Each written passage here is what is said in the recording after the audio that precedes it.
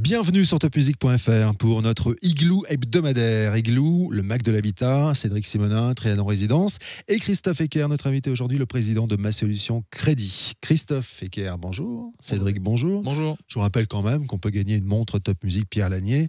Il suffit de partager l'émission et on tire au sort, parmi ceux qui ont partagé, un homme ou une femme avec une montre homme ou femme à gagner dans chaque émission. À quoi sert une garantie pour un crédit immobilier? C'est le thème d'Igloo aujourd'hui, Cédric.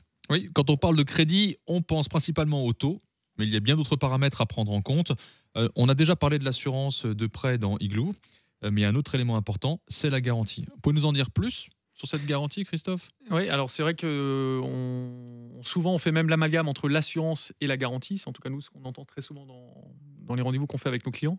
Donc l'assurance, on en a déjà parlé, effectivement, c'est ce qui permet à un emprunteur de se couvrir contre le décès, l'invalidité, l'arrêt de travail. La garantie, c'est ce qui va permettre au prêteur, en l'occurrence la banque, de ne pas se retrouver la tête dans le sac si toutefois l'emprunteur ne peut plus rembourser son crédit. Donc ça va lui permettre à l'extrême de récupérer le bien éventuellement et le vendre lui-même. Donc c'est une garantie qui est obligatoire, que la banque demande en contrepartie du crédit qu'elle octroie et qui peut avoir différentes natures. Ça peut être une garantie réelle, donc on parle souvent d'hypothèque.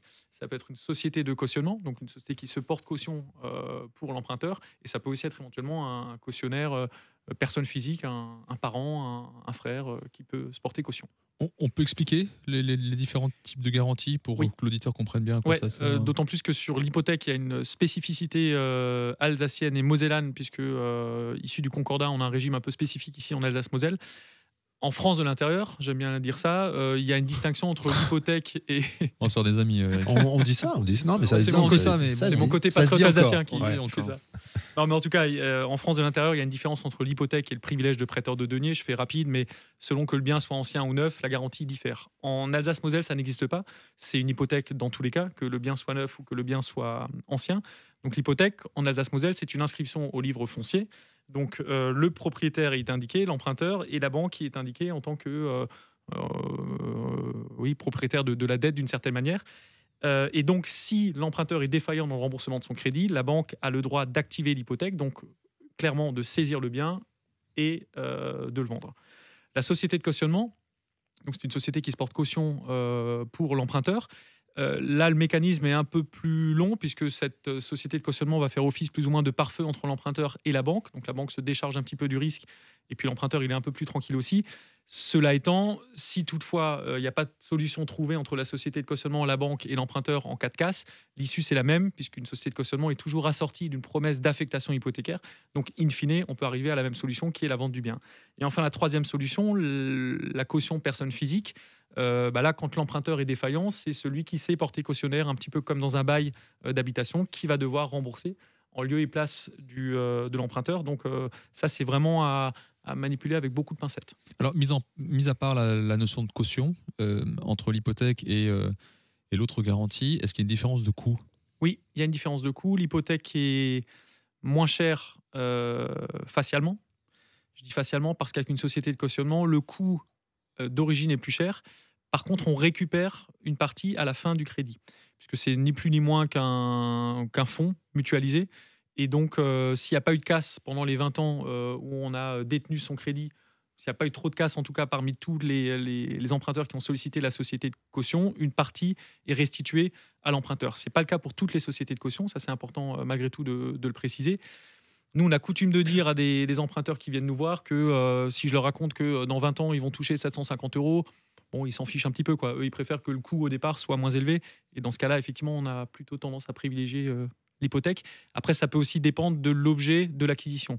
Un primo-accédant dont on sait qu'il ne va pas garder son crédit jusqu'au bout, parce qu'il va revendre au bout de 7 ou 8 ans, vaut mieux lui préconiser une société de cautionnement qui sera plus souple qu'une hypothèque, puisque l'hypothèque, il faut la lever en cas de vente, donc ça engendre des frais également. Je suis un peu technique, mais je sais. Oui, mais c'est important de le savoir. Ouais. Si je ne paie plus mon crédit, techniquement, comment vont intervenir ces garanties? Alors, très concrètement, je disais tout à l'heure que l'issue avec une hypothèque, c'est que le bien peut être saisi par la banque et vendu sur le marché. Très concrètement, ça se passe de la manière suivante. Au bout de 3 échéances impayées, la banque déclenche le processus de mise en contentieux. Donc il y a quand même une solution à l'amiable qui essaye d'être trouvée avec le client. Il y a éventuellement un réaménagement de la dette qui peut être trouvé. Si on est en face d'une situation inextricable ou éventuellement d'un emprunteur de mauvaise foi, là, effectivement, la banque peut activer la saisie du bien. Donc, ça se fait via un notaire qui va saisir le bien. Ça fait l'objet des annonces que vous voyez dans les journaux le dimanche matin. Donc, avis d'adjudication forcée des biens immobiliers. Voilà, c'est typiquement le genre de bien qui a été saisi parce que l'emprunteur n'a plus pu rembourser son crédit, que la banque l'a vendu sur le marché. Et l'emprunteur peut récupérer un peu d'argent sur la vente ? Bien souvent, le fruit de la vente est destiné au remboursement du crédit. Et souvent, il reste même une ardoise, quoi. Donc, la banque solde, bon an, mal an, ce qu'elle peut solder. Et le reste de la dette, ça peut être l'emprunteur qui a à le supporter quand même. Oui, mais s'il a remboursé pendant 10 ans, il y a forcément quelque chose qui en reste. Dans ce cas, oui. Effectivement. Ouais, dans ce cas, il y a des situations où, effectivement, il reste de la marge sur le crédit.